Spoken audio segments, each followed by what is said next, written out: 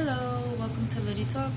Alright, so this is just us moving forward, okay, with the very last earth sign for the rising ascendant video. Alright, so before I jump into it, of course, this is just some quick clarity into how you may carry yourself and display yourself throughout everyday life within the outside world and how others around you or individuals may potentially view you. Also, this can touch base on a little bit of how or why you have, just certain physical characteristics that you were born with. All right, so Capricorn.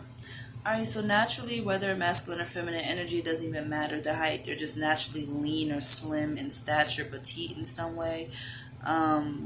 Also, because they do rule the neck, they tend to have something unique or odd that stands out about it, whether it's like short or barely there, long or slender, or there's something that stands out about their collarbone in some way.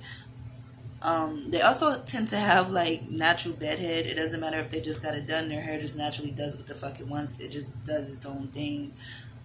That's just what it is. If they just got a cut, curl, whatever, it's just doing what the fuck it wants to do. Also, I do want to say as well, for whatever reason, Capricorns tend to have some like things going on with their bones a lot. And for the fact, if they do have this in a specific aspect, they definitely have to be cautious to stay active and to remain doing some sort of, movement, because if they don't, they'll end up with like joint issues, stiffness, shit like that, which is going to cause like health concerns and whatnot. So they just have to be sure to keep up on that.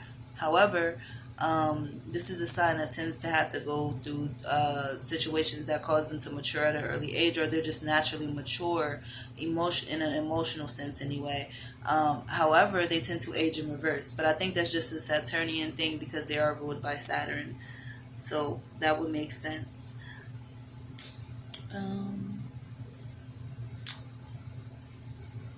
The thing is, though, this is the most rebellious out of the earth signs.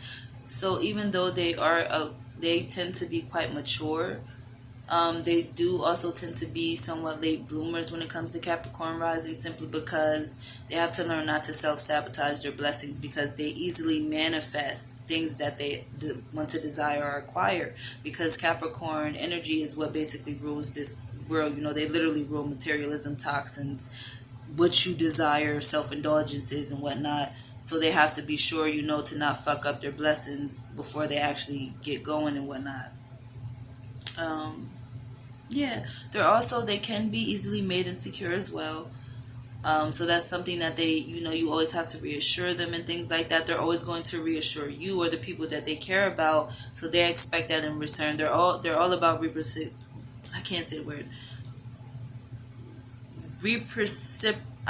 Whatever, equal give and take, the reciprocation.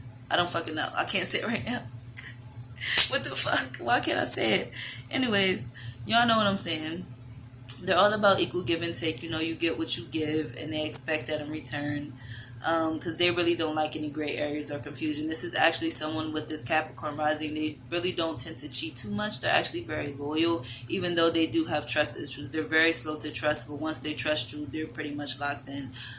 In that sense, they're also very big on tradition. They're traditionalists. They want the White House, picket fence, wife, husband, kids, poodle in the backyard, all that type shit. So this is also a sign that tends to jump into marriage early on, or entertain that thought in some way early in life. They also are very they plan a lot, like 5-10 years in advance actually, which is very interesting because they are actually better planners with the rising than Virgo. And you would think it would be the other way around, but the Capricorn rising are very good at planning, organizing, strategizing their life in a sense, and piecing things together when it comes to that. But they have a tendency to get easily overwhelmed. So they have to learn to, sometimes just fall back, take a breather, not really overwork themselves. But in retrospect, overworking themselves, I think, is just the earth energy type of thing. But with them, they just have to learn to really not I'm not going to say more so anxiety like the Virgo. I'm just going to say they have very, very high expectations, but it's just different. So they have to be sure not to allow their stresses that they consistently think about to overweigh, where they're going, because this is a sign that can easily fall into depression. But I guess that makes sense because their sister sign or their other half is Cancer. So, they also display certain formats when it comes to that. But yeah, also, that's also an energy why they don't like confusion or the back and forth too much or shit like that, because they focus more so on long term than short term shit. If it's irrelevant, they don't give a fuck about it, even though, they are very loyal, very stern when it comes to their commitments. Or can be anyway. If it's fucking up their focus, or fucking with their ambition or anything like that, they're quick to let it go. That's one sure way for the Capricorn rising that did the shit. Um, but yeah, I guess that's pretty much it.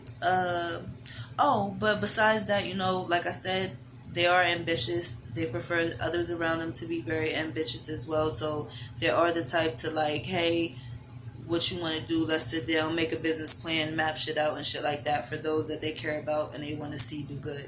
But yeah, hopefully, if you have that specific rising, it was able to help you in some sort of way and was a little informative, or at least sparked your interest to look deeper into it. Thank you.